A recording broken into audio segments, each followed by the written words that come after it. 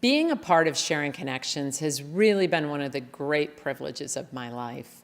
I think so many times we feel overwhelmed and discouraged about all the things that are happening in the world that we feel we can't really do anything about. And we don't even know the good that's being done, the lives that are being changed right here in our own backyard, in our own community. I would love to be able to bring every single person in and show them and have the time to tell all the things that are being done. But I think it's best to let our volunteers and our guests tell their own stories. Personally, just hit a bump in the road. Veteran, 8-year Air Force veteran. You know, was up here, brought me down to reality. Had some tough times, but I never really gave up. I'm very appreciative right now.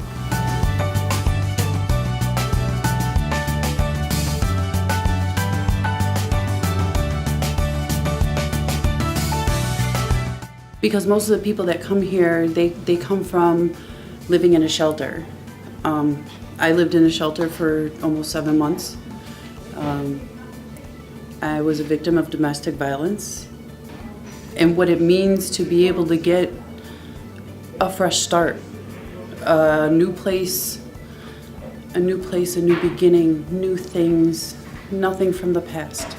I don't think people really realize how lucky you are to go home to a couch and a bed and eat dinner at your table with, you know, your family or friends, or to have a space to call your own. And I think this really makes a difference, that people get to come and not only choose this stuff too. I think a lot of choices are taken away from people when they're in situations where everything's taken away. The volunteers take the time to get to know people's stories and to chat and to genuinely make a connection. And I think that's why this place is so great. It helps me with the furnishings, and then, you know, I can have my grandkids over, you know, and they can be comfortable. So, you know, it's really a good thing for me.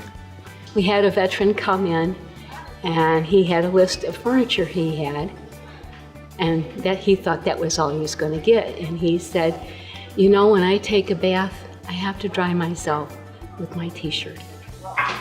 And I thought, oh my God, he was overseas, in the hospital, on the streets, finally here. And that what made my mission, is to have towels ready for everybody. So.